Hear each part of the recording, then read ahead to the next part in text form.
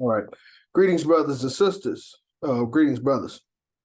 Tonight is November 21st, 2023. Tonight we'll be going over session 9 of our officers training. We'll make sure everything's sealed up.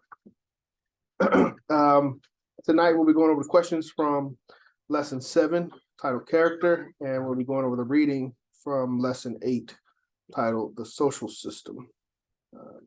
First thing first, with all of our meetings, we start with the pledge to the UNIA flag. So if you would come off mute, put your black fist in the air and say along with me. I commit my body, mind, and spirit to protection, defense, and security of the red, black, and green. I dedicate my life, redemption of Mother Africa, and the liberation of her scattered black children. I accept for myself and my descendants the teaching of universal African nationalism. And I promise that our children will be instilled with the purpose and knowledge of themselves as African people, in order that the cause of our struggle will neither falter nor fail until all black people are free and united through one God, one aim, and one destiny. I got to run downstairs and grab my glasses. First question is going to be, what does character mean? Please wait for me to come back before you start discussing. Matter of fact, I'll just leave it on the first page of questions. Be right back. 1 minute.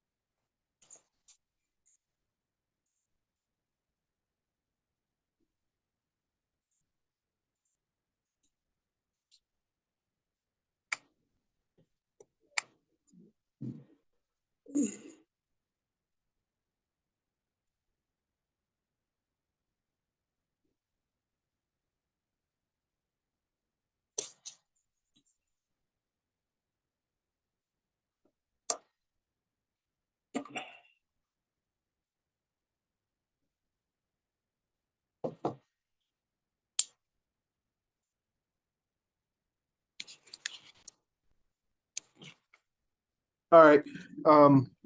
Before we actually go into the questions, I did want to have a little brief discussion. What was y'all's overall take on character, the lesson titled Character? What was the overall takeaway from that lesson? And if you can, well, Brother Art, you probably don't want to answer that, but what was the takeaway, or what did we take away from lesson 7?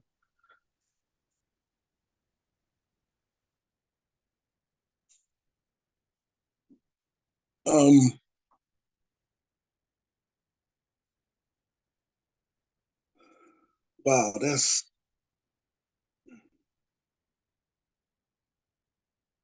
to me, it shows that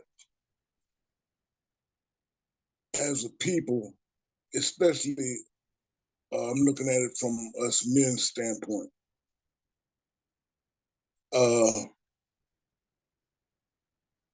we need to hold ourselves to a higher plane. We take a lot of things for granted. Mm-hmm. And I think we need to focus on what we need to focus on, and that's protecting our families, protecting our communities, protecting our women, and protecting our self. I can't find the word. Protecting our self dignity.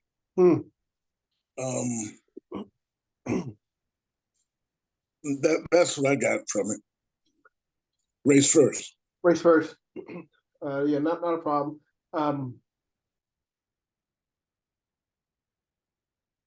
I'll give my thoughts at the end, after we go through the questions. But just so you know, I'm not, gonna, get my answer from the questions. Lesson 7 is a perfect follow-up to lesson 6. Lesson 6 is titled Christ. Lesson 7 is titled Character. But I'll get into that more once we get through the questions. All right, first question. According to lesson 7, according to Marcus Garvey, what does he say that character, what does character mean? What does good character mean?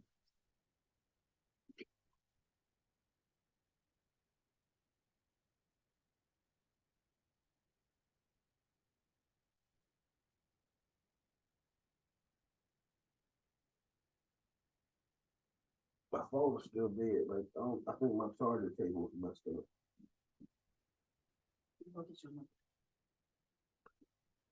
You got Android. Got a C already. C. Yeah.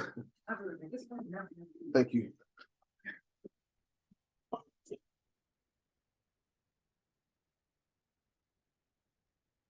Huh? No, I forgot. Let me go grab these waters. Yeah, what does good character mean? First question. No more events on Tuesdays.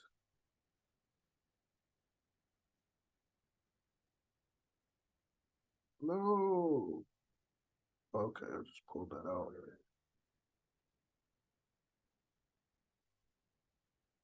We don't know the first question. The one from before was, it's like the quote unquote, it was demonstration of the kind that meets the moral precepts of a civilization. So it's just like how everybody matches each other. So like each other in context, kind of. Absolutely right. Absolutely right, brother Eric. Let me. Oh, so okay, I wasn't sharing. Okay, that's probably what.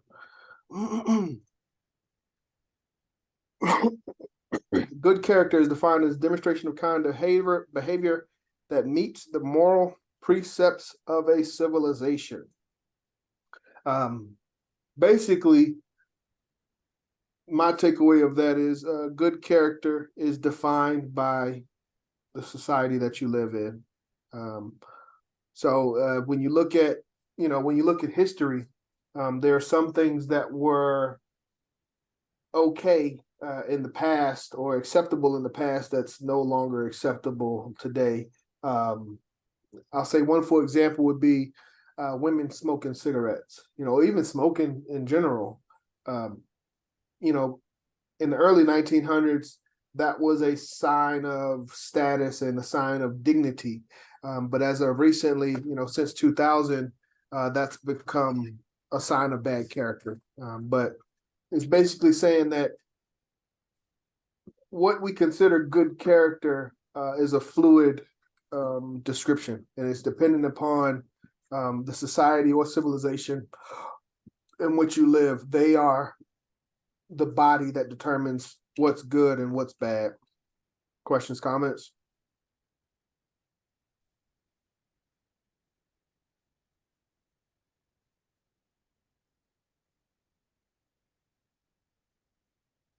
No, my brick is not messed up. I've never had a brick that's messed up.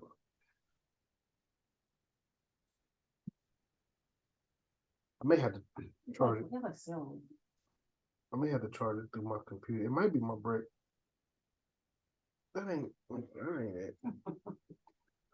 All right, next question. Oh, let me cover it. And I guess I kind of talked too much. Who defines the standard for good character, and what happens when we do not live up to those standards? Who defines the standards for good character? Everybody. Everybody? Yeah. More specific. Everybody that you're around. The one it says is the society. Yes. It specifies society, but society is everybody that's around you. Yes. Yes. Yes, you're right. Everybody around you, society. Um, in essence, it is everybody, but we have to understand that societies are subgroups of an entire population. So what's, a Christian group would be a society, and they would have a certain standard for good and bad. An atheist group could also be a society, and they would have different, they could have different definitions of good and bad. But the point is, we have to understand these particular bodies of organization, whether it is a quote unquote organization, whether it's a society, whether it's a government, whether it's a business, whatever it may be, fraternity, sorority. These groups are the ones that determine what are good and bad character. And we as a UNIA, we also have that right to determine what's good and bad character for our people. And let me, I keep forgetting to share the screen. So as Brother Eric said, good character means demonstration of the kind of behavior that meets the moral precepts of a civilization. The standard, so the standard for good character is laid down by the society of the time in which you live. So it's the group as well as time. So not only location, but it's time dependent. What was good behavior in England, in 1800s is different definition for good behavior for England today. But it's a geographical boundary as well as a temporal. So what happens in a certain area during a certain period in time, that determines what's good or bad behavior. Do I need to get those waters? Yeah. All right.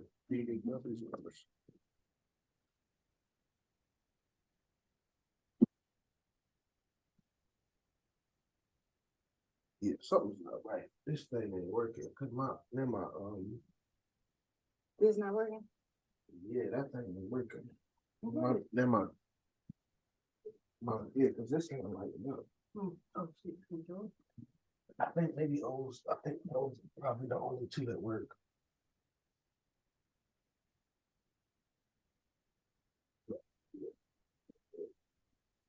Let me grab some water. Be right back.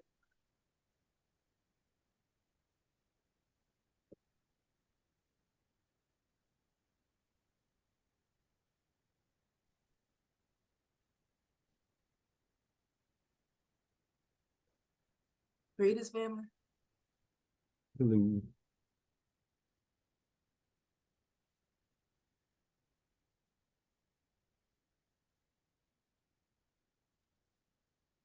Greetings.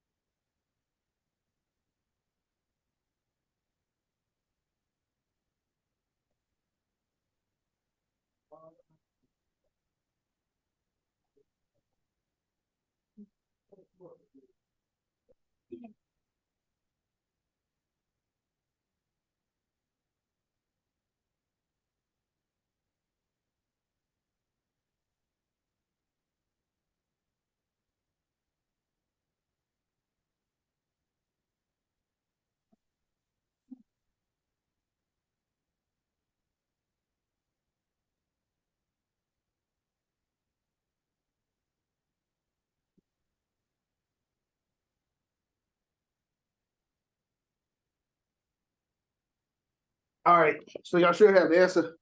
What's the greatest prop to character? Honesty. Honesty. Is the best policy. What am I sharing?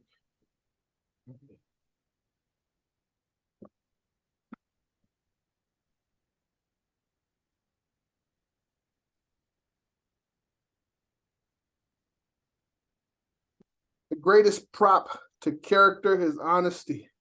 Honesty is the best policy. But when Garvey uses this phrase, the greatest prop to something is something else, he's basically saying the fundamental principle or foundation of whatever we're discussing is what he described. So if we don't remember anything else about having good character, at the very least, we must have that understanding of correlation between good character and honesty. Questions, comments?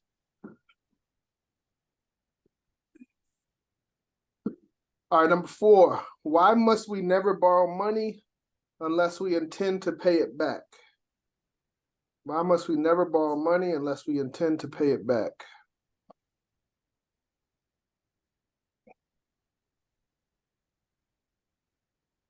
They won't trust you anymore. Yes. They won't. Yeah. But from a, let's see. And what does that say about your character? It's immoral. Bad. Yes. So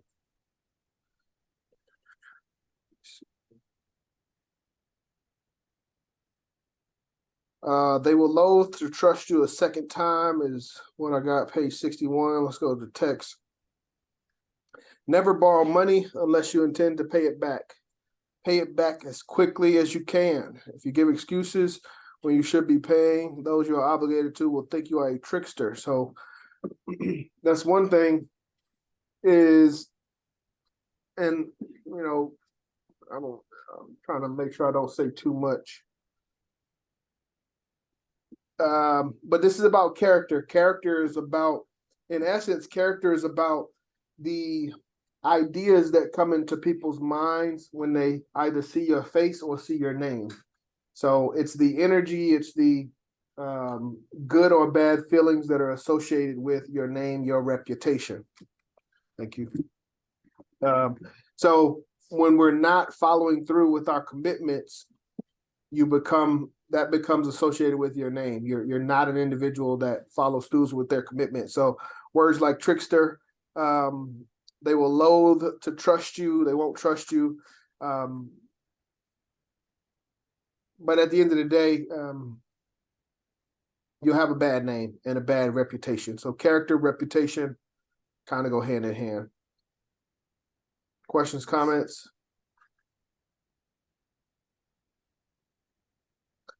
Okay, yeah. This is, why is it a good policy to keep a good and honorable name?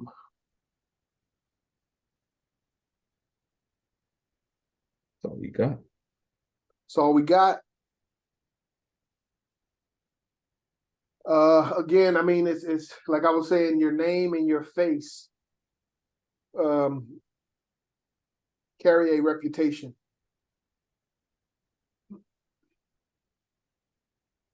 Anybody have anything on this before I go to the answer? Said social credit. Like your credit, your social karma. Your karma is good. Garvey says it's a good policy to keep a good and honorable name. It's good credit. Yes, people will trust you on a good name. If you don't have a good name, he says they will ask for cash right on the spot and count it to the last farthing. So, it's like saying, hey, I'll give you $100 for this work. If you have a good name and a good reputation, people know to trust, that the funds will be received. But if you don't have a good name and a good reputation, then they're going to, make sure you transfer the funds, and they're going to count out the funds to make sure it's what it's supposed to be. So having a good name and good credit is just something that we have to build on, something that saves us a lot of time on the back end, but it takes time to develop. When you have lost that much confidence, so that's confidence, people having confidence in you, you are a marked object, and you may as well move from the town or city and start a new life afresh. So character, reputation, once you go too far outside of a good character, good reputation, Garvey says chalk it up. Your reputation in that city is tarnished, ruined. You might as well move somewhere else and start over. All right. Question 6. What should you do if you have to be immoral because your nature is weak? If you have to be immoral because your nature is weak, how does Garvey recommend us approach that circumstance?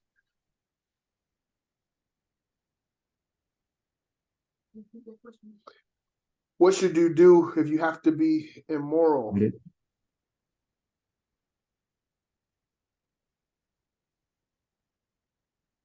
You hide it. You hide it. Yes, that's basically what Garvey says. Let's go to the text. Excellent answer, Brother Eric. Morality is upheld everywhere in civilization. Don't be immoral in your community. Someone will tell on you and expose you, and the homes of the community will be closed against you, and respectable people will shun you. If you have to be immoral because your nature is weak, then hide it. Keep it within closed doors and be sure nobody knows about it. This is not something that we are, proud to discuss. It's not a recommendation telling us to, be immoral and hide your immorality.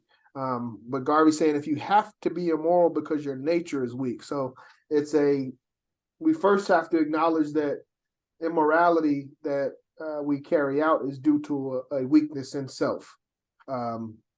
And as we learned from the initial lessons, we have a job and obligation and responsibility to remove any forms of weakness that we have within ourselves and develop ourselves to be strong. But in essence, Garvey is saying, if you have to be immoral, hide it and keep it behind closed doors. Questions, comments on that?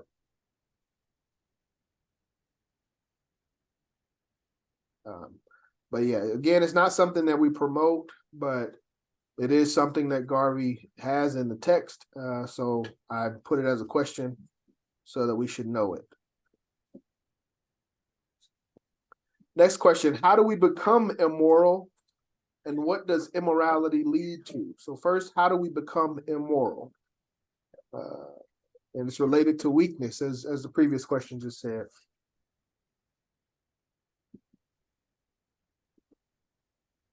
Read and think. How do we become immoral? Is that it? You might be right. But not the second part. What does immorality lead to? It leads to like, It's in there. It's right there, top of page 62.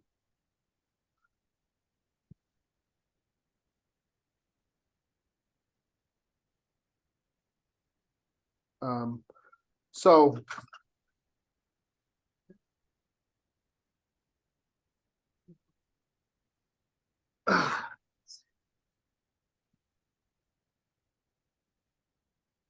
it leads to disease, pain, suffering, and ultimately to death and stuff. It leads to a lot of bad things. yes. But the first part, I feel like you may have jumbled a little bit. The first question was, what was the first question? Oh, how do you how do we not become immoral? So how do we avoid becoming immoral was the first question. By thinking and reading more often than you don't, or yes. more often than you're immoral, I guess. And then because if not, it leads to the negative things. Yes. Disease, pain. And this is something that we talked about in the earlier lesson. So don't do the best you can with the information that we have. Let me see. If you read books and think loftily, you will not be immoral. So in lesson 1, Garvey talked about, it was titled Education, Intelligence, Education, Universal Knowledge, and How to Get It. Garvey talked about reading, and he talked about the importance of history and the importance of understanding history, and also the fact that we as humans were limited in our ability. Time has limited us. So it's no way we can go back to 1800, 1700, 1500 and find out what's going on.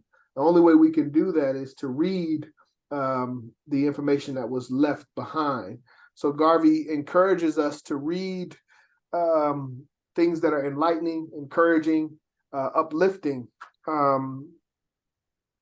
so that we can become better people. Yes, sir. Okay, go down, go. I'm about to send it right now. Yes. Can you go tell them that it's coming? They wanted to leave a long time ago.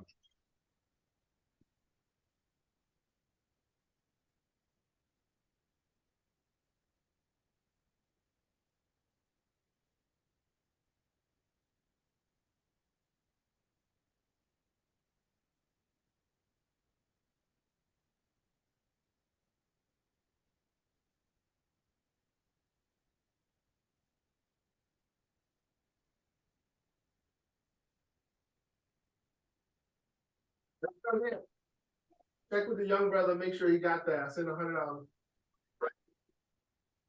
Greetings, Sister Diane. You're upstairs today.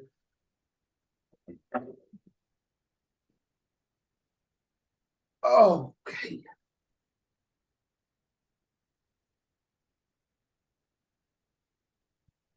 All right. So yeah, if you read books and think loftily, you will not become immoral. So we have a responsibility. Garvey, you can sit on the couch over there. Garvey has already laid out some resources for us to pursue in order to raise our morality, as well as what we read on lesson 6, titled Christ. That's where Garvey gave us an example in order for us to reach our highest level of divinity. So previous lessons, Garvey laid down the foundation for us to build on to prevent us from going down the path of immorality. So he's basically just laying it out in this brief paragraph. If you read books and think loftily, you will not be immoral. If you are intelligent, you will not be immoral, because immorality leads to death, pain, suffering, and ultimately to premature death. So very clear, very straightforward. Again, this lesson is titled Character. As I said, in my understanding, is related to reputation. And we want to have as good of a character, as good of a reputation. We want to have that good credit that Garvey talks about when people see our face or hear our name. And as he said, the best way, honesty is a prop to character, and he's basically laying out, you can turn it down a little bit. Yeah, I don't like him or something. He's laying out, as he did with the lesson on Christ. He said, when you're in line with the free will spirit, when your free will spirit is in line with the Holy Spirit, you're on the right path. When your free will spirit is in opposition to the Holy Spirit, that's when you're going down the path of sin. So I correlate this to be similar. Immorality and honesty. When we're being moral, we're in line with the path of good character. When we're being immoral, we're in direct opposition to what it takes to develop good character. Any questions on that? So character is Very, very important in regards to leadership, in regards to representation. We must be of sound character. You don't have to be an angel or a saint, but at the very least, we must develop the fundamental principles of character and avoid the fundamental detriments of character. Read books and think loftily. That's lessons 1 through 6. And immorality leads to death, pain, and suffering. Why is it that an immoral person cannot find good company? Why is it hard for immoral people to find good company? Seems straightforward.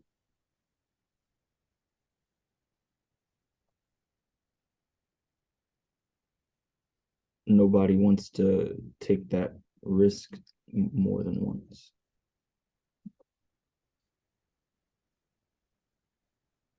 I would say nobody want to take that risk at all in general. Yeah. I guess, yeah.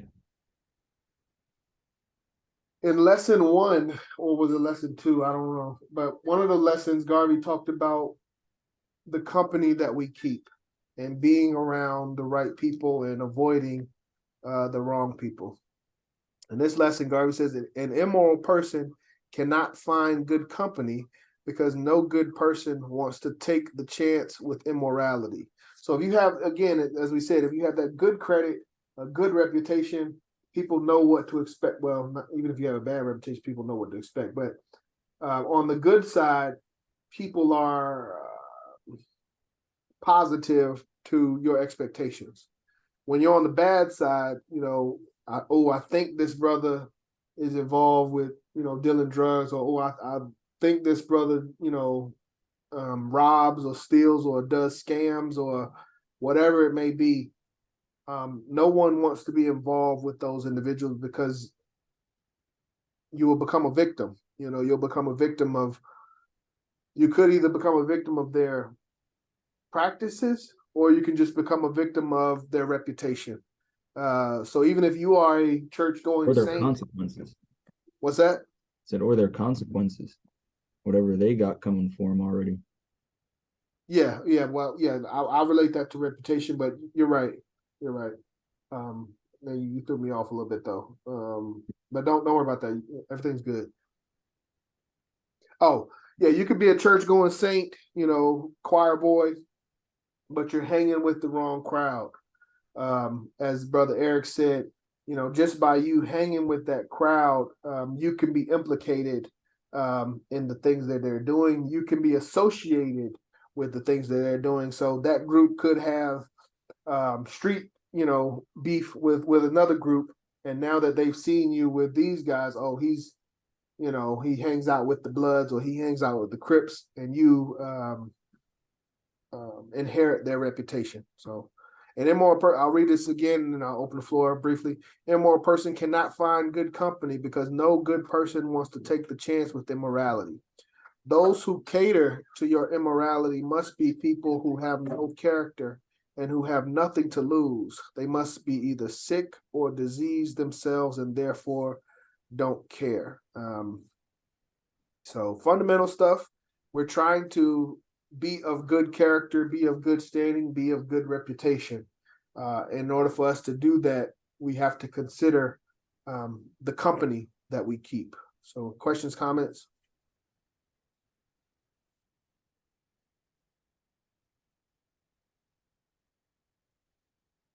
Okay.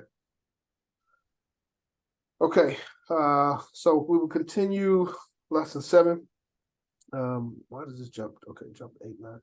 Question 9 from character.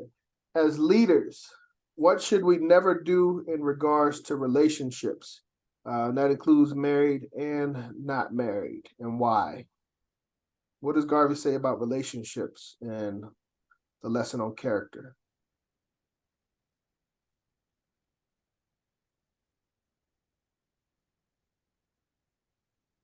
Don't be too flirty. Don't be too flirty. And don't be with more than one person unless they're like, don't be with more than one person. Don't what? Don't be with more than one person. Don't be too flirty. Don't be with more than one person. In the echo. At once, yeah. Let's see. Yes, but I believe he was more specific in regards to location. I think he said, Location. yeah, I think he was saying like within a certain area. But we just want to be true to the text, not trying to promote any immoral behavior. Oh, he was saying don't be. Oh, I guess Let me see what I got. Don't have multiple relationships in the same more than one location. person. Yes. Is stay with one person. Where's that at, Sister Diane?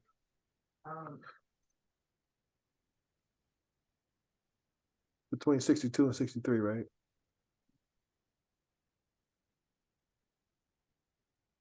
Well, I got something on 63. Oh, but not the same town. Yeah, Keep there it is. There we go. As a leader, never flirt or indicate that you are a flirt, as Brother Eric said. Never try to make love to two or more people in the same organization, is one of the contexts he applies. Where both attend and you are a member at the same time. A fight will ensue and a scandal will spread and you will lose your reputation. Reputation, again, character, reputation. We're trying to develop as much good credit as we can as leaders. If you have to speculate with your love, and again, as we said with the previous questions, if you have to be immoral because your nature is weak, and that's what this is talking about. If you have to speculate with your love, keep the parties far apart, at least in different communities, but not in the same town. It will leak out and be whispered about, and you will be called a bad person. Let me see what I put here. Yeah, never flirt with or indicate you are a flirt. Never make love to two people. But it basically comes from the paragraph that I just read. Questions or comments on that? But yeah, we have to be responsible, even from a relationship standpoint. Some of our other brothers and sisters in more religious groups have a more firm stance in regards to relationships outside of I don't want to say outside of marriage because it's not just marriage, but relationships outside of your committed partner, and they basically just shun it completely. Something that you should not do, and we understand that as well from our religious backgrounds. But again, I'll say it now.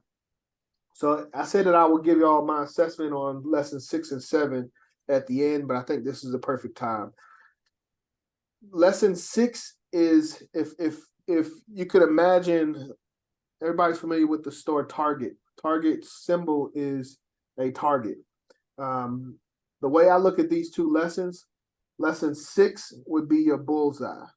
If we wanted to be absolutely as perfect as possible, we would follow the examples of individuals like Christ, so that we can reach the highest spiritual plane and be as close to eye with God as we possibly can in this human form. Lesson 7, however, is the outside ring of that target. So lesson 7 in my mind is saying, if we can't be completely perfect as Christ was, as any of our religious examples were, then at the very least, we must maintain the boundaries of good character. And that's part of what this is. If you have to be weak because your nature is weak, if you have a moment of weakness, we must at the very least keep that moment of weakness confined within the boundaries of character as prescribed by Garvey. So questions, comments on that?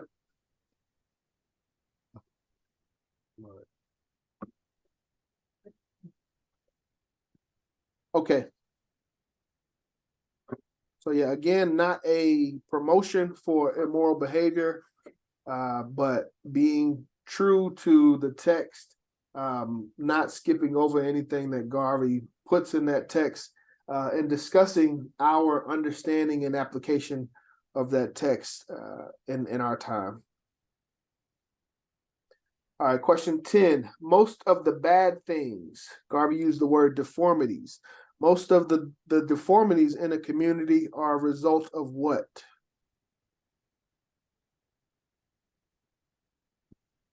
Immorality.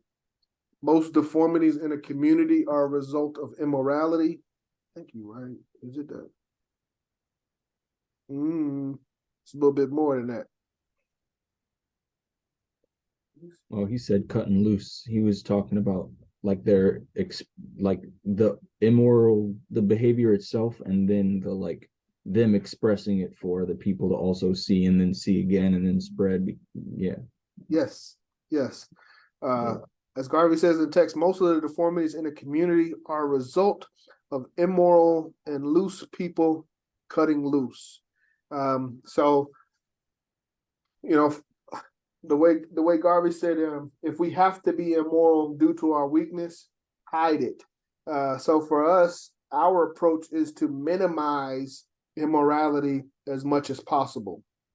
But in our society, we have individuals that basically promote immorality and don't have that filter of the right and wrong as we see it. And they don't, they're not ashamed, or they don't see any issue with their behavior and the promotion of their behavior in their society.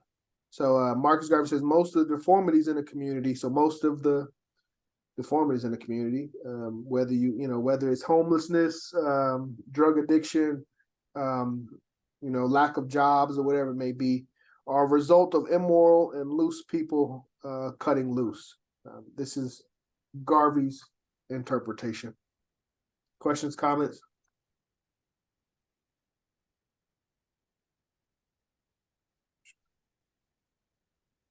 All right, I don't want to say too much because I think my next question goes into, yeah, it does. What is the first thought that a healthy man has of a poor-minded man? When a healthy man sees a poor-minded man, according to Garvey, what is their first thought?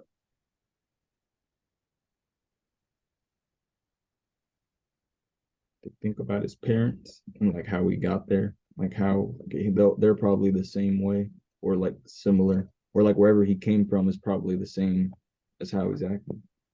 Absolutely. So it follows up on the previous question. Disease, and then he says, sick people never produce good children. Disease. Right. Why am I echoing? Your mic is off? It's on mute. Okay. All right, somebody just help me. Sick people never produce good children. Disease in man is destructive. It destroys the species and wrecks the mind of man. The first thought a healthy man has of a poor-minded man is that his parents were immoral and stamped their immorality on him, which he is to carry through the world by his particular affection, be it in poor mentality or in nervous disability. So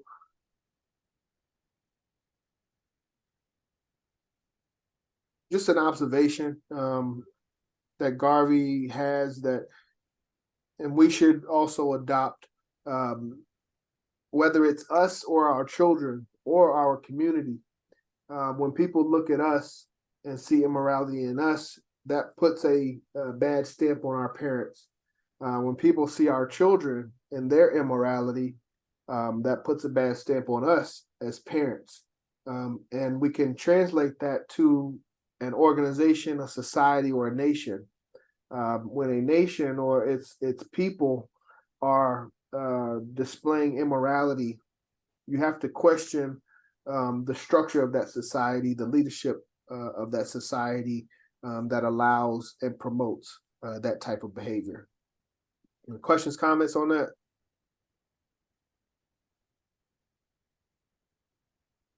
But yeah, we are a reflection of those that raised us and those that taught us. And again, as the first question said, good character is determined by the society or civilization that we live in.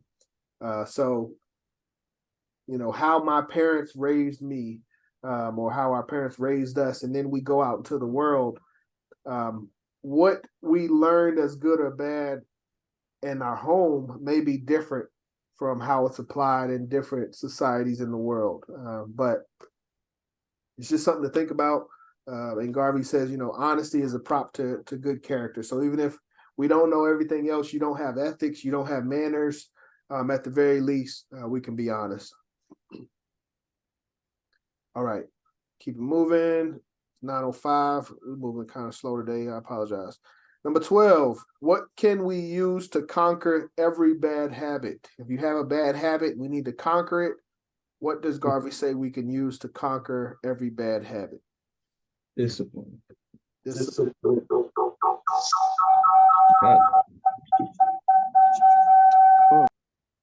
Yeah, that's okay. We know where that's coming from. You were gonna say discipline, Sister Diane? I was gonna say self-control. Yes, yes. Discipline, self-control. What did I put? And I think I just had like a short. I just had like, probably just had like discipline or something. Self-control, page 63. We're gonna read that. I don't have a lot of explanation in my answer. Garvey says, don't be a public drunkard. Don't drink inordinately. You may contract disease by overdrinking and water your brain to that of deterioration. Don't take drugs or narcotics as a habit. They will leave the same effect. Be temperate in everything you do. So moderation in everything you do. Learn self-control. By self-control or discipline, either word, I'm not looking for a specific word, but just a understanding. By self-control, you can conquer every bad habit. You can do so by concentrating on the thought always that the bad habit is bad and will ruin you. Say to yourself, I shall not be ruined. I shall conquer my bad habit. But again, with the previous lessons 1 through 6, we should have a good foundation to understand the results of our actions. And if we want to live a long, healthy life, we should understand the correlation between bad habits. As Garvey said, it'll lead to disease, pain, and death. So if we want to have a long, healthy, pain-free life, we have to avoid the practices of immorality. It's that straightforward. Questions, comments? And Garvey has given us enough of a foundation for us to develop that self-discipline. And if this course itself is not enough, we have to search out other resources as we've been directed in lesson 1. No questions?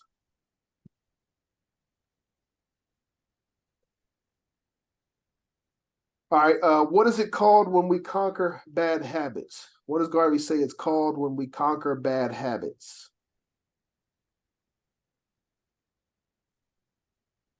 Man conquering himself. Absolutely. Man conquering himself. Yes. Always see that the injury of bad habit will do you. So know the correlation between bad habits and bad lifestyle or you know what I'm saying, health. If you don't want that injury to your health, to your mind and your body to bring pain, worry, and unhappiness, then fight it to the death. This is what is called man mastering himself. So that's what a fundamental part of what this course is about. As we've said before, my understanding is this is Garvey's attempt to develop the entire race. And he is charging us as individuals with responsibility and a title of leadership to share this information with our communities. But the very first thing we must do is internalize this information. So any bad habits that we have ourselves, that we display, bad characteristics, we must conquer those within ourselves first. And then we teach that to our surrounding community. And through these actions, you develop or you raise the status of a society, you raise the status of a nation, and you raise the status of a race. And that's what we're trying to do, one lesson at a time. I internalize this information. I try to use this information to the best of my benefit, use this information to master myself. And then we come together as a group. We discuss these lessons. We discuss, well, we don't discuss, but each of us knows the shortcomings within ourselves. So when we go back, we have to work on developing positive characteristics to master the negative ones. And as we do that, we as a group, we as a body, we begin to develop ourselves and raise ourselves up so that when other races and nations and communities look at us, they know that we're set apart from a majority of our brothers and sisters here in this land or in other parts of the world. And they see us as different. Not only them, but even our own people see us as different, see us as exemplary. Yes. And that was the word from the previous lesson, Christ, exemplary. He lived an exemplary life. So that's a very, very fundamental part of what this course is about, and I hope everybody understands that. But yes, we have to develop ourselves and develop our communities so that in the essence, we're developing our race. Questions, comments? Man mastering himself. All right, next question. Man mastering himself. How often should we bathe? And what does Garvey say is the minimum amount of times that we should bathe? This is This is just, it's an obvious question, but it's a question that we have to ask just so that everybody's on the same page and we don't come to an event and we have to remind each other, hey, brother, what's going on? Sister, what's going on? Go ahead. He said every day, ideally, like you're supposed to do every day. Yes, but sir. 3 times a week at least. And when I read, it doesn't matter, but that means that's either every other day starting on Sunday or every other day starting on Monday. But that would also mean that if you started on Monday, the way he's saying it, that means there's room for 2 days. But I think that, I guess that's fine, but 3 days a week adds up to okay, if anybody wanted to know how the days break down. Yes, you understand the spirit of what Garvey's trying to communicate. Yeah. And yes, it's Monday and Thursday. We can get down into the specifics, and say, Monday, Wednesday, Friday. Yeah. But we understand what he's trying to say. And again, this goes to what I was saying about the 2 lessons, lesson 6 and lesson 7. The bullseye of this principle would be take a bath every day. But Garvey's saying if you can't hit the bullseye, then at least to still be on the target, at least 3 times a week. And if you're not doing 3 times a week, you're off the target. You're not hitting the bullseye. You're not even on the target anymore. Don't push past Thursday. Monday, shower. Tuesday, that's okay. Wednesday, get on it. Thursday morning, you need to that needs to be addressed. Yes. I mean, and again, we have to be careful with these lessons and how I present it. It's not a promotion to do the least. Yes. We're not saying that, do the very bare minimum, but it's saying that, we should understand the bare minimum. We're all adults on this call. We all know our bodies. We know the actions that we do throughout the day, throughout the week, and we know the response that our body makes. So let's be adults. We know when we need to clean ourselves. We know when we need to brush our teeth. We know when we need to wash our hair. It should not be, we should not have to tell adults, to have a checklist to clean themselves every day. Garvey is just making it clear. We're talking about reputation, we're talking about character, we're talking about the thoughts that come to an individual's mind when they see your name or see your face. You could be the most outstanding, civil servant, and doing everything that you need to do from an action standpoint, but you can also have a reputation of not being clean, and that affects your character. So character is a all-encompassing summation of who we are and how people perceive us. And being clean and smelling clean goes into that. And this is not the first time that Garvey's talked about cleanliness, and it's not the last time. We've talked about, Garvey talked about breath at one time. I think that was in elocution, but he was saying, when people see flies around your mouth, that's not a good sign of good character. And that he also talked about, if people don't remember anything about you, they're going to remember your faults and your, the things that you messed up on. So you may have a great speech, laying out the history of our people and the future and everything that we need to do from point A to point B. But if your breath is bad and your attire is poor, that goes into people's character when they say, hey, what do you know about Brother John? Well, he's a great speaker, but he don't brush his teeth, he don't brush his hair, his clothes are always in disarray. So it's all encompassing. Questions, comments? Yeah, actually, I'm about to go get my cousin, so I'm gonna join again, but I'll be able to hear, but I'm just gonna be doing that. But All right. Nope. My interpretation of it was, yeah, it gives the max of every day and then all that, but I feel like he's also saying like kind of like it's not that bad it is awful, but he's saying it's like do your best also. Yes, sir. Don't forget to do that part. Yes, sir. Always. But definitely make it every day. Don't show up to places or anything like that on day 3 of Garvey's recommendations. Right. Don't do that. Right. But yeah, I'm gonna go. Thank you, Brother Eric. Yep.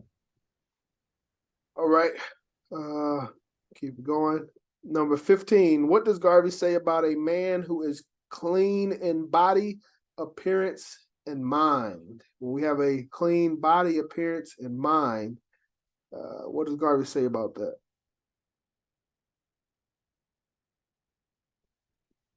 You'll feel like a giant and a master. Pretty You'll much. be afraid of nothing.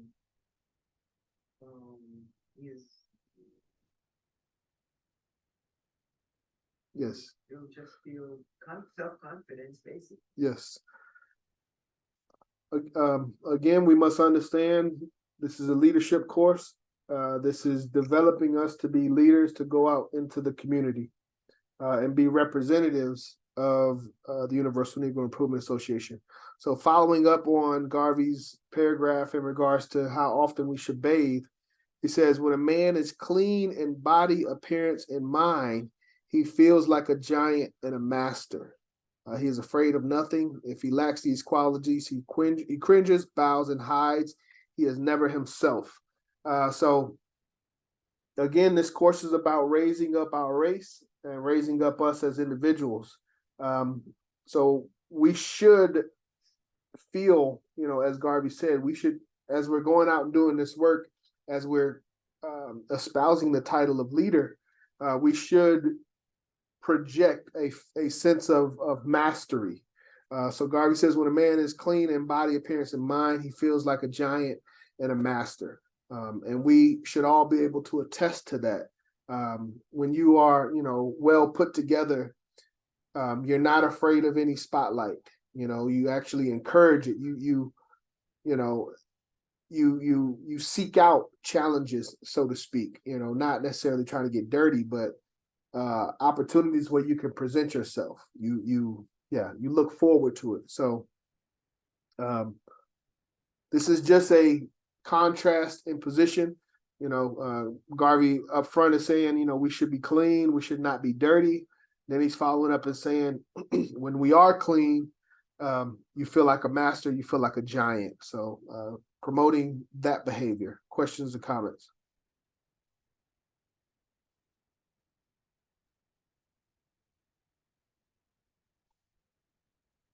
Okay. 16, what should you do if you are invited to dine with friends and you're hungry? So if you're hungry right now at 9:20, and this is just a hypothetical, obviously it's not realistic, but somebody invites you out to dinner at 10:30, and you're hungry now, but you're going to eat at 10:30, what does Garvey say? Eat a little before you get to dinner, so as not to show how hungry you are. You can come on mute. So he says to eat a little before you get to dinner, so as not to show how hungry you are. Because if you eat up everything, your host will talk about you when you're gone. Yes, man, absolutely. Sister Diane. Why do you think he says this in this lesson on character?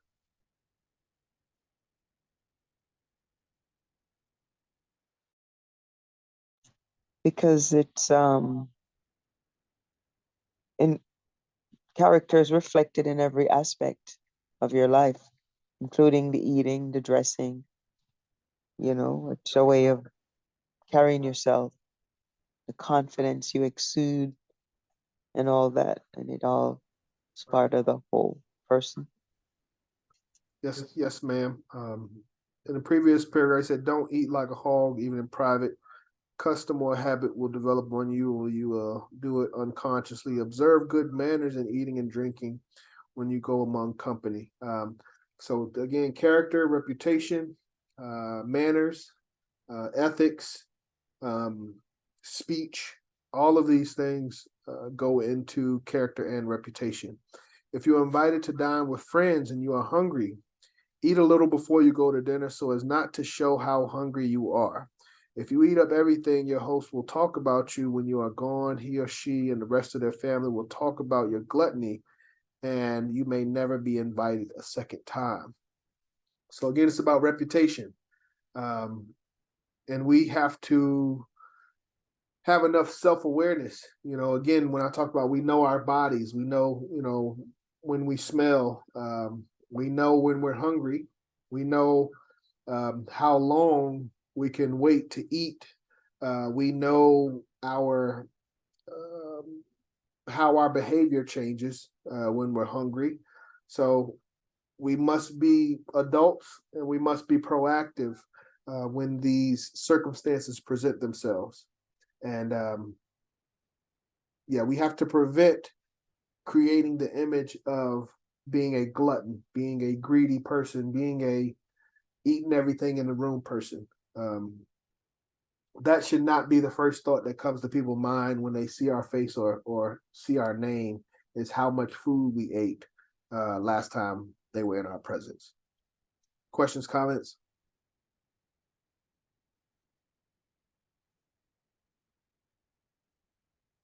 Eat a little before you go to dinner. All right, it's gonna be a long class tonight. We got one more page of questions, and then we'll go through the reading of lesson 8. So let me get through this question. Question 17, why should we develop the habit of treating children decently? Why does Garvey recommend that we should treat children decently?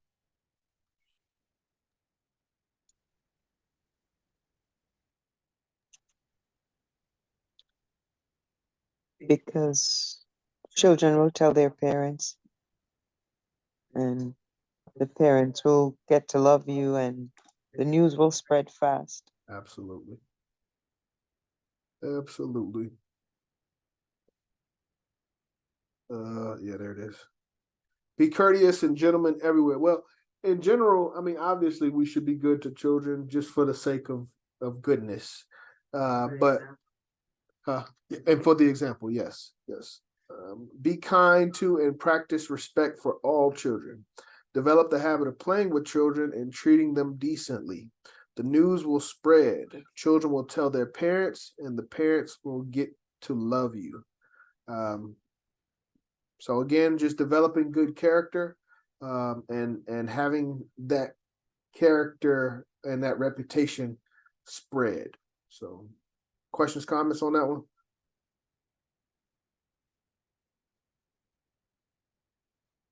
Okay. All right, what should we do when we are angry to the point of fighting? And what should we do if that person is someone close? What should we do to the point when we are angry to the point of fighting?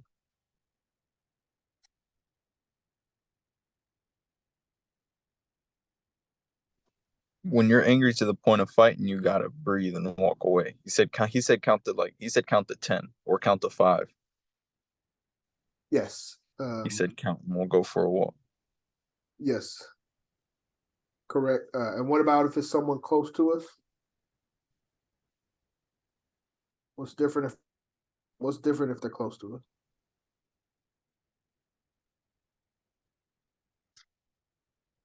I'm not sure. Well, you kind of said it. That's right. Okay. So the To first just like one, let it. if you, yeah, you said it. You said both of them at one time. If you're angry to the point of fighting, count to 10 and move off. So if it is your wife, family, relative, so these are people close, or even friends, take your hat and go for a walk. So if it's somebody you not close to, count to 10. I don't know if Garvey says this here, but he says it in this text. I think he said it earlier on. We should be logical, and we should be more logical and rational as opposed to emotional when it comes to our decision making and our reactions to things that happen to us. If you're angry to the point of fighting, count to 10 and move off. If it's someone close to you, take your hat and go for a walk. So just take some time to reassess what's going on, process your emotions, and try to respond once you've cooled down. Questions, comments?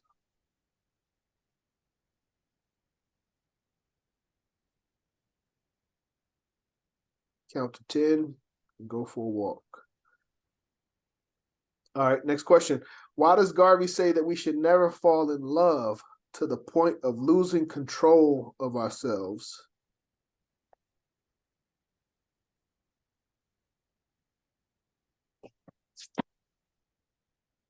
Oh, it's good, cuz. Go ahead, brother Eric. What's that? Oh, my cousin got in the car. I didn't hear what you said. Okay. Let's see. Question is, and Eric does not have to answer all the questions. You know that, right? He says that you will become someone else's slave. Yep. And it'll cause you to lose your best Yes. character. Yes. So again, we're building ourselves up, and this lesson is titled Character. And even all of the previous lessons 1 through 6 build into this. So we've taken all of this time to develop ourselves, to build ourselves, to have a certain level of character, and then we fall in love. And we fall in love to the point of losing control of ourselves, to where everything that we built up and everything that we've created and all the self-discipline that we've exercised, we basically throw that out the window to make someone else happy. So Garvey says, never fall in love to the point of losing control of yourself. If you do, you will become someone else's slave, and that experience will surely take advantage of you and cause you to lose your best character. So, again, you take all this time and years to develop yourself, and then you fall in love, and the person that you're in love with says, encourages you to do the things that you've walked away from. And since you're so in love and so emotional, and you're not thinking rationally or logically, you go along with their wishes. So all, everything that you've developed gone out the window. So that's what Garvey's trying to communicate here. Don't fall in love to the point of losing control of yourself, because you'll lose the benefit of all the progress that you made. Any questions, comments?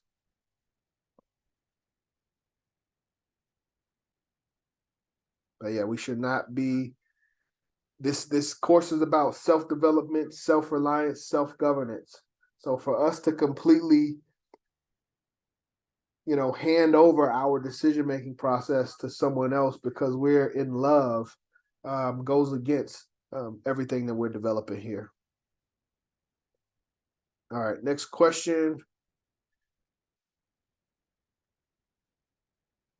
What are some things that we should investigate when we consider loving someone? When you're thinking about loving someone, what are the things that you should consider in that individual in this lesson titled Character?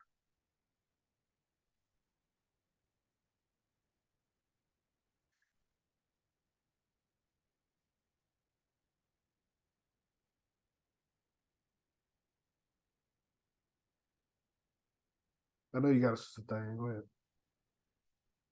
I know you got it.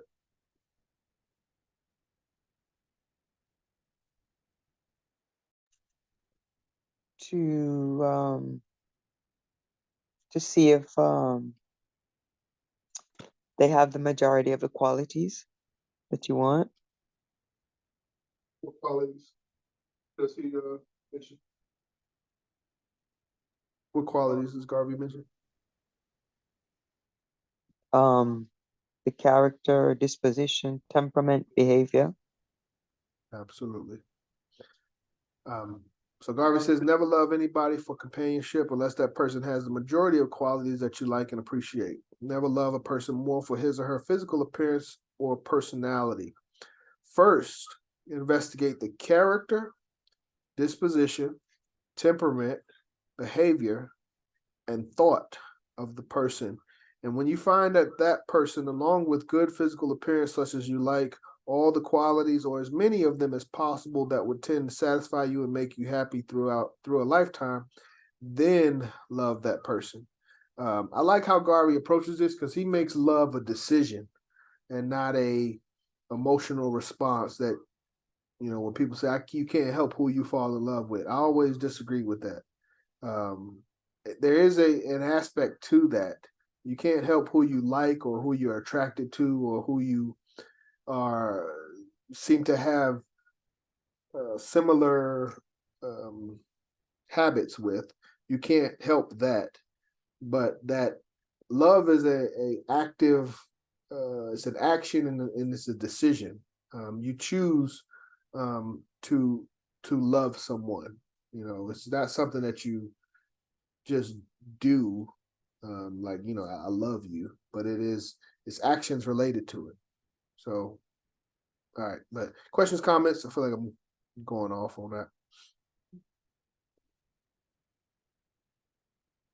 But at the end of the day, Garvey says, these are some things that we should consider. These are the more important things to consider: character, disposition, temperament, behavior. Whereas our society, we're very physical. If the physical appearance is good, if the economic status is good, they got enough money, enough financial security, we can make it work, So there are other things to consider besides physical and financial status.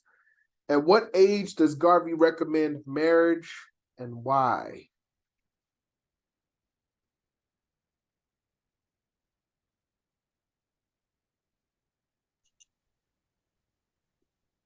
I think he recommends 35. 35. Because he says by that time you would have experienced a lot of life lessons. Anybody else want to add? 35. I'm sorry, it's 30. It's actually 30. It's 30. 30 or 35. There you got it. Okay. Text says, or Garvey says in his text, it is best for people not to get married until they're about 30 or 35. By then, they have enough time to see everything and understand everything. Don't try to get too many children. You'll find it a burden.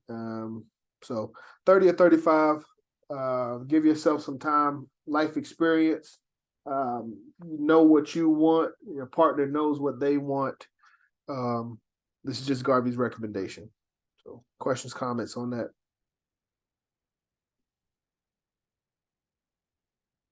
$30 or $35. A couple more questions.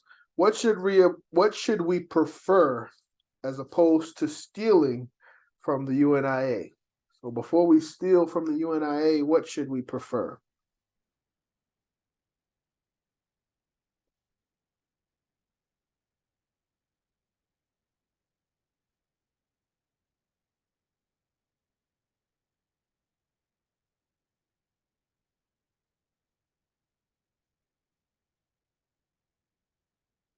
I feel like I missed a question.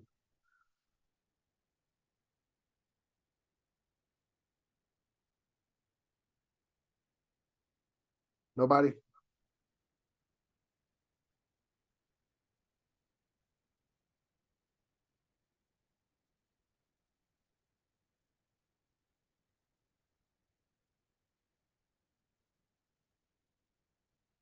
Let me get the quote. There it is. Top of page 68.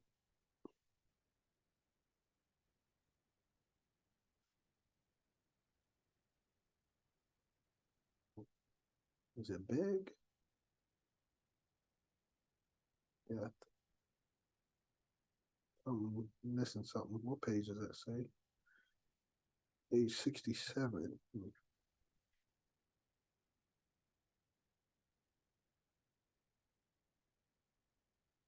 What's the word death in there? It says preferred death to stealing. Where is it? The middle of page 67. Is it the beginning of a paragraph? or In end? working, the middle. What's the beginning of the Working for paragraph? UNIA. Gotcha. And working for the UNIA, preferred death to stealing from the UNIA. Steal from the UNIA, hundreds of millions of people will concentrate on you, and when they find out, you will be exposed if you are found out. Straightforward. We should not steal from the UNIA. You should not steal in general, but it is expressly forbidden for us to steal from the UNIA, and we should prefer death before we steal from the UNIA. Questions, comments?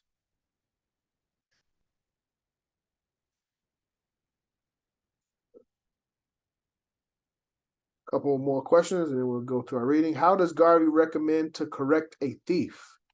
If we find out we have a thief in our midst, how does Garvey recommend to correct a thief?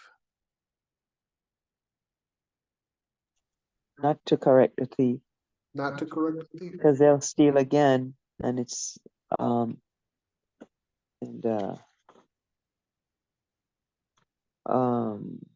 don't waste time because the work is too great. Yes. Garvey says to waste time to correct a thief is to hold up the program of the organization. So basically, that's a trick question. Garvey does not feel that we can correct a thief. Any attempt to correct a thief is a waste of time.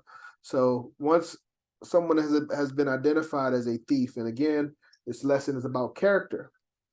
So once you have that title of thief associated with your character, associated with your reputation, from a UNIA standpoint, we wash our hands with you. You know, you're done here. Good luck. Finding a place in integrated society, in American society, whatever. But the UNIA is not a place for you if you have that issue of stealing. So we don't try to waste our time to correct a thief, and we should not be identified as thieves. Questions, comments? Once you get that label, it's over. Last question. What should a person do before they steal from the UNIA? If you're in need, you need some things, you're thinking about stealing from the UNIA, what should the people do before they steal from the UNIA? They should they'd prefer to beg instead Yes, sir. instead of that. Instead of sir. Garvey says, before you steal from the UNIA, beg the UNIA. Ask for help from the UNIA, but never steal. Never make, oh wait, that's something else. So yeah, never steal. We should beg before we steal. Questions, comments on this lesson?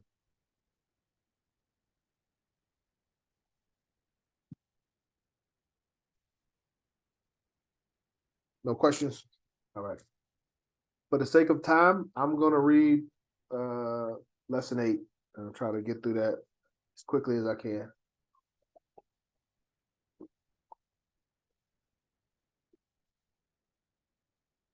No questions?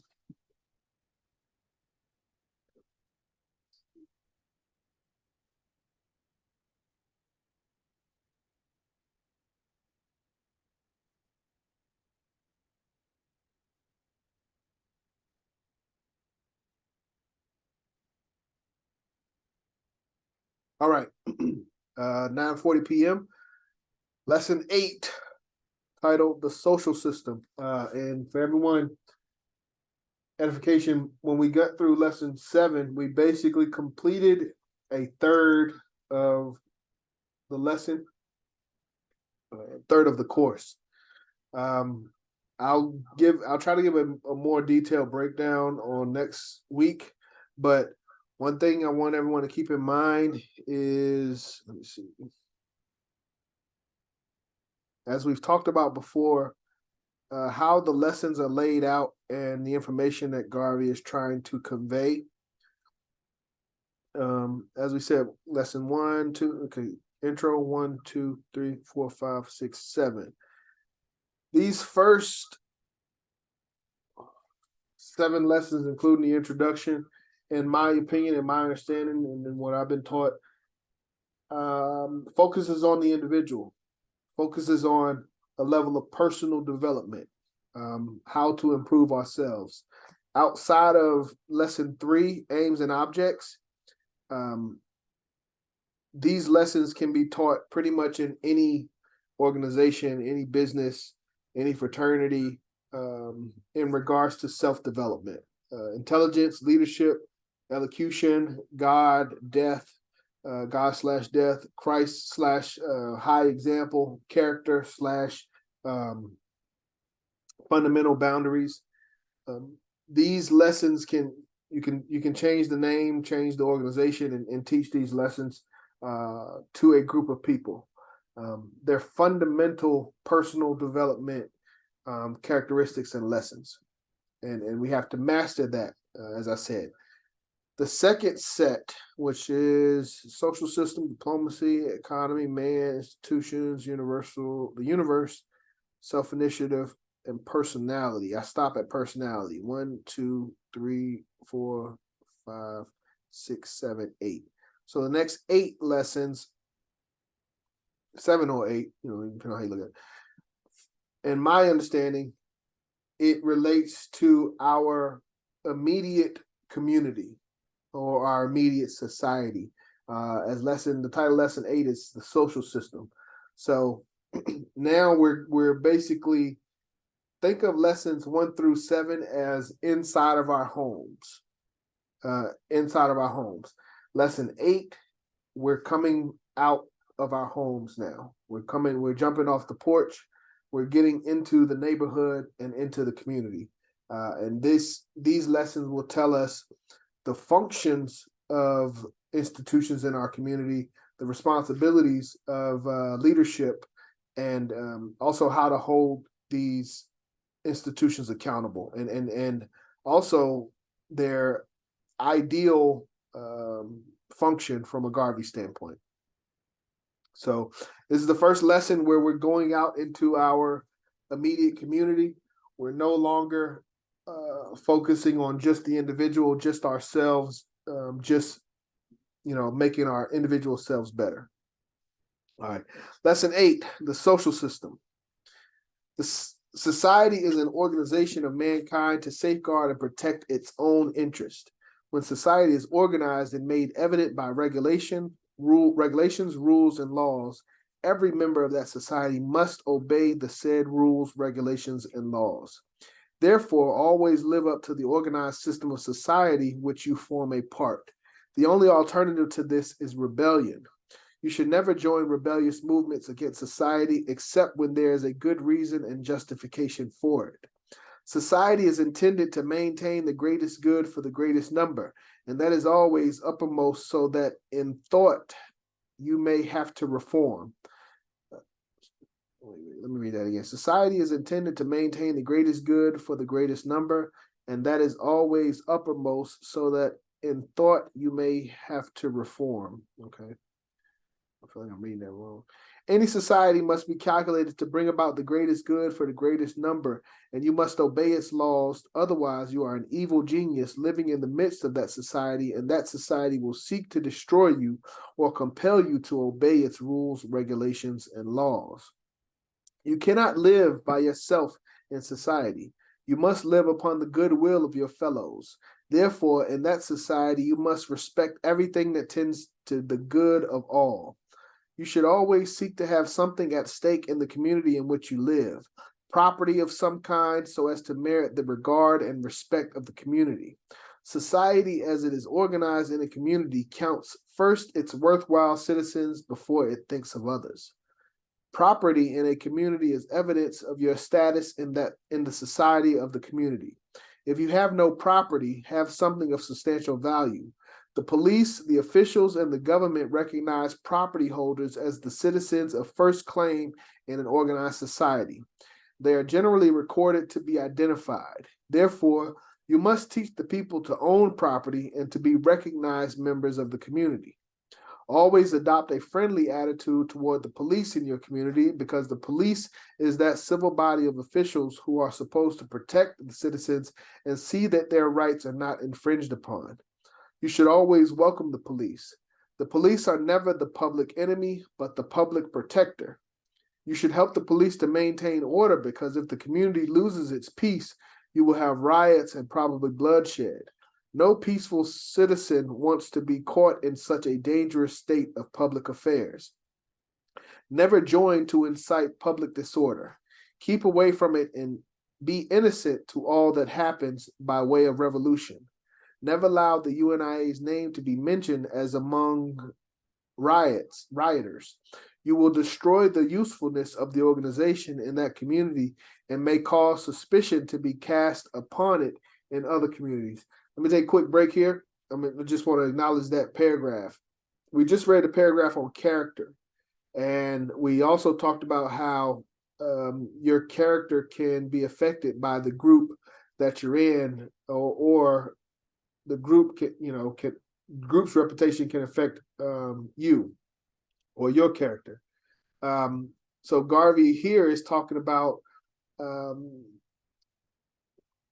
he says, never allow the UNIA's name to be mentioned as among rioters. So he's using the UNIA as an example of an individual that's in the wrong group, in a group of rioters. And he's saying that the UNIA can adopt the same reputation as the rioters if we're not careful. 1 second, I got a phone call.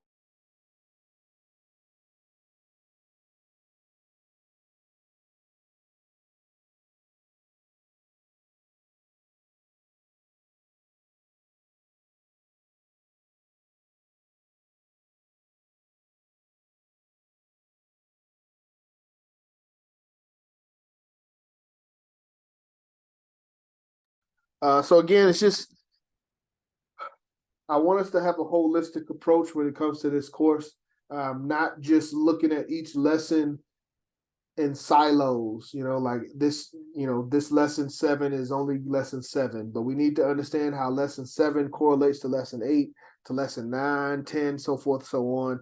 But we have to see that connection, and trying to just point that out briefly with that previous paragraph. So I'll continue.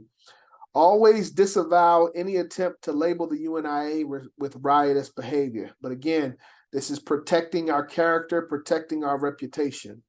Whatever object is desired in a civilized community, it can always be achieved by the approach of good reason and good judgment. Always use good reason and good judgment. So again, not being emotional, but being reasonable, logical, so forth. You are not in a community to overthrow the law in that community. You are there to live under the law. The national aspiration of the race is to find expression, not in revolution where you are established when you are under other people's government, but to accomplish the end in Africa. Therefore, never preach rebellion because you will disrupt the society in which you live and it will crush you. The highest service a citizen can refer to in a community or organized society is to maintain and preserve peace. When the peace is disturbed, it is likely that anybody can get hurt, and sometimes most innocently. Never join the mob. You will most likely be shot or injured, even though you may only be curious. If you are shot or injured in a riotous demonstration, it is almost always evidence against you that you were one of the rioters, so keep away. Perfect follow-up to the lesson on character, but it's talking about the shared reputation between individuals and groups. When the riot act or martial law is read or proclaimed in your community, keep indoors. Give this advice to the people. Never join a mob in a foreign country, under a foreign government, or where you have very little political influence. Political pull. Politics is the science of government that protects those human rights that are not protected by law. Law is already established. Politics add to the law or change the laws. You can play politics to get good government. The state, nation, or the community in which you live directly is always governed by politicians or statesmen. You should know them and become well acquainted with them for your own good. You need them in trouble and out of trouble. So that's echoing lesson 2, to be known in your community and to know the decision makers in your community.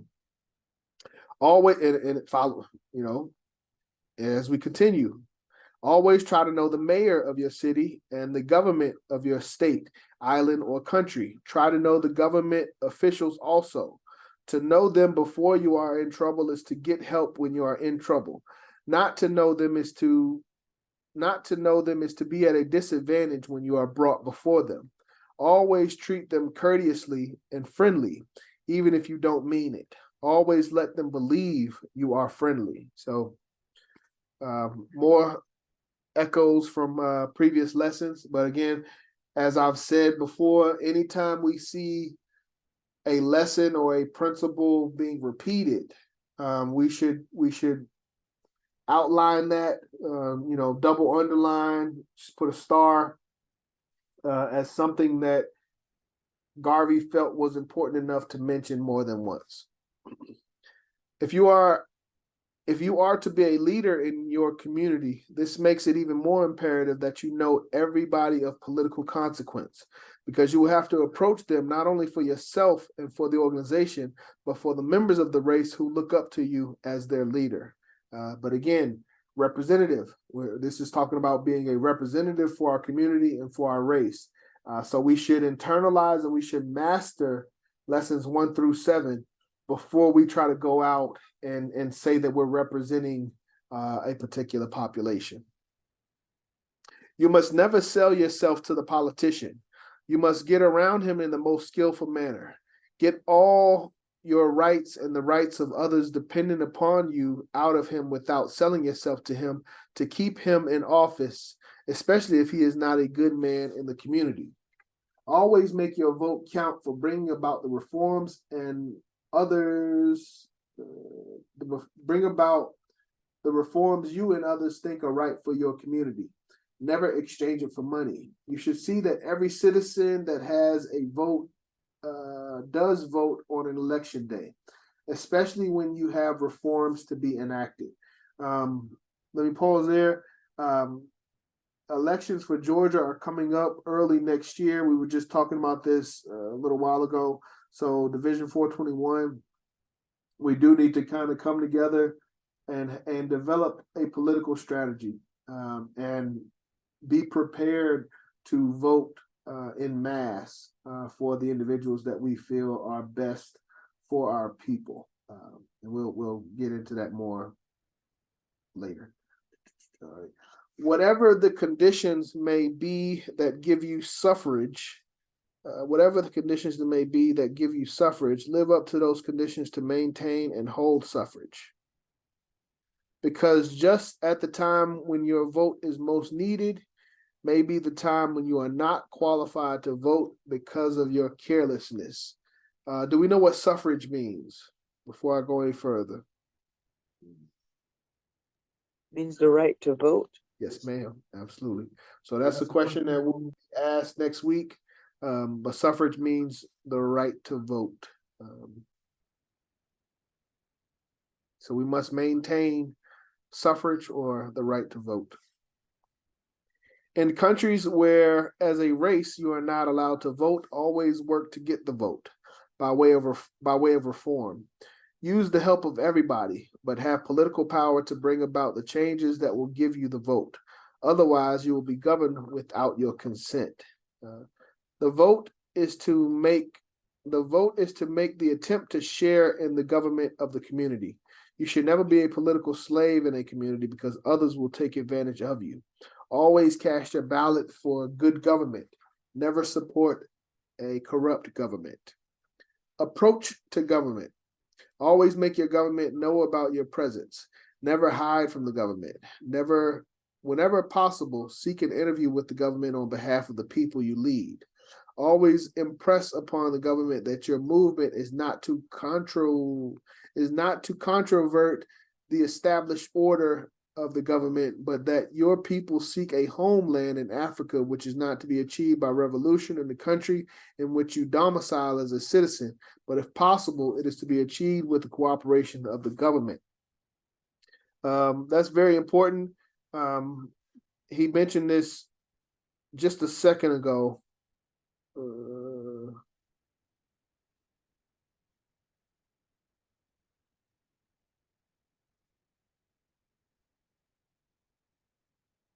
Yeah.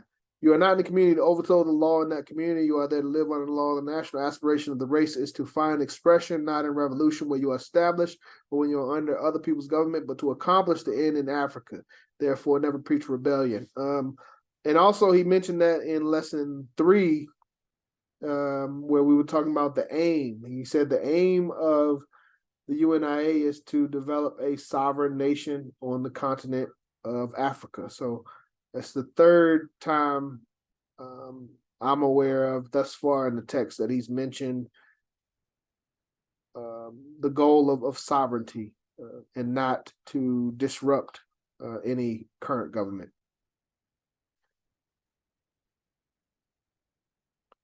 All right, I lost where I was.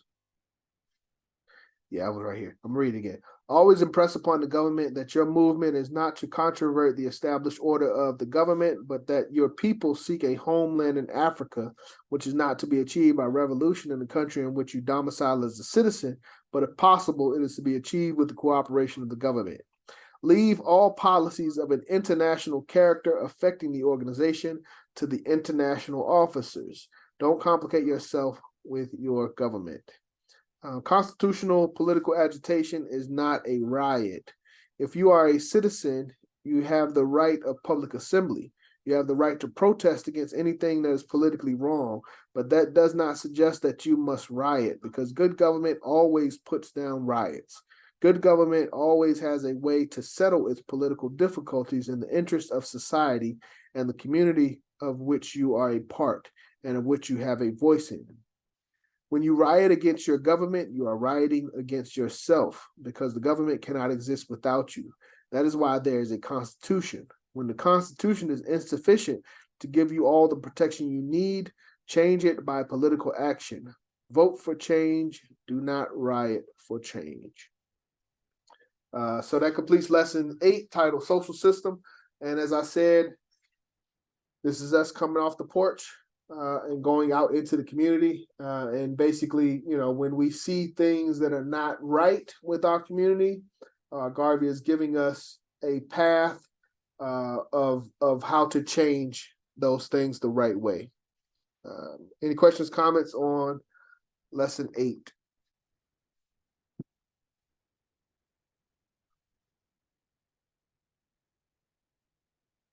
Got a lot of wisdom. Man's got a lot of wisdom. Yes, and that's why I like the beginning of this text so much, when it lays out the foreword and the preface, and they talk about this text represents a lifetime of organizational experience.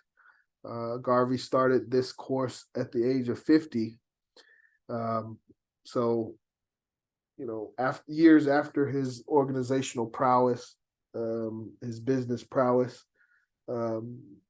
as the text said, this is his ability to look back from a confidential conclave, and review, his lessons learned, things that worked and things that didn't work. And as the text said, this course was described as directions for UNIA leaders to carry on the great work of the association after Garvey's death. So this is the best thing that we have in regards to direction. Text also says that this book is described as the last political will and testament of Garvey. So my understanding is, Garvey put as much as he could into this course, as much of the lessons that he learned, as much of the lessons that he felt we could use and benefit from and carry us through the next 100 or so years, was compiled in this course. So, if we value Garvey, value his achievements, his accomplishments, we should value his lessons. So, any other questions, comments before we move to close? He could have been the president of Africa. He was. Did you know that? Oh, you looking at me crazy. In the First International Convention of Negro Peoples of the World, Garvey was elected the provisional president of Africa. Wow.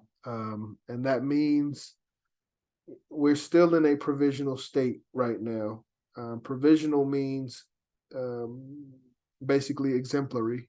You're standing in the place of an organization that is needed, but is not there yet. So he's saying we need a united Africa. Some people call it United States of Africa. And we're setting the example for that. And we're putting in individuals in places to carry out that work. But these individuals are provisional, such that when I don't want to use the word legitimate because it makes it seem like illegitimate, but when the day comes when the people recognize within themselves the benefit of what Garvey is trying to present, and they buy into it collectively, then we can have a follow-up election, to elect a president that's not provisional. But at the end of the day, we can't sit and wait for our people to come to the realization that we need to organize. We need our own government. And with our own government, we need officials in that government. So Garvey said, all right, Garvey and our ancestors said, all right, we know what we need. Let's go ahead and make it. Let's vote for positions. And we will hold that office provisionally until the continent feels the desire to develop that for themselves. So. All right, 10:04. We are 29 minutes past our closing time. Any last comments before we close out?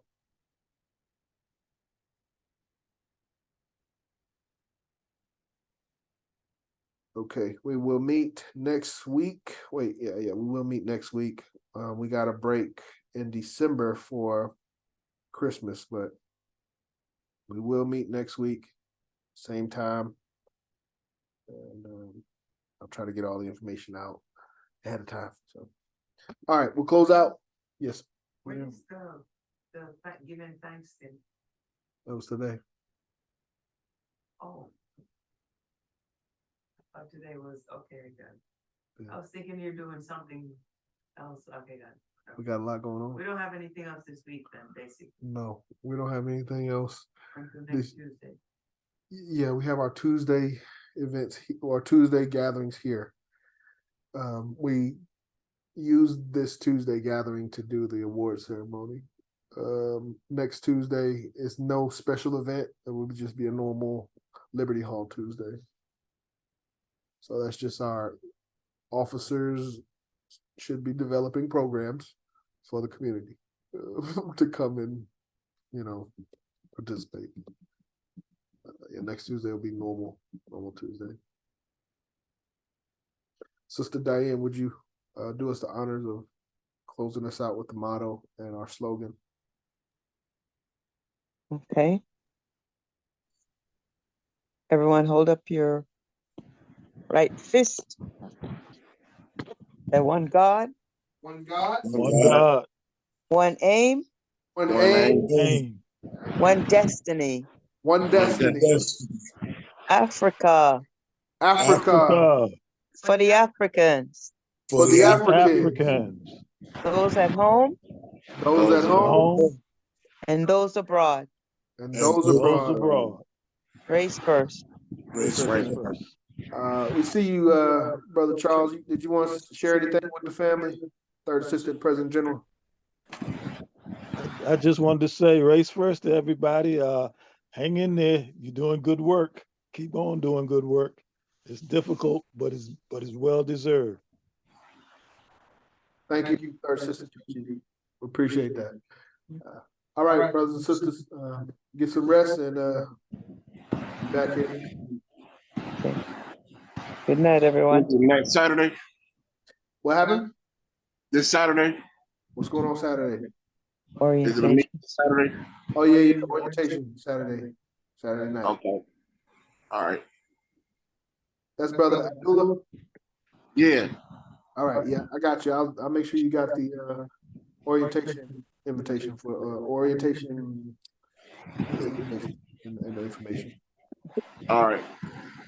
Thank you, brother. Good night, y'all.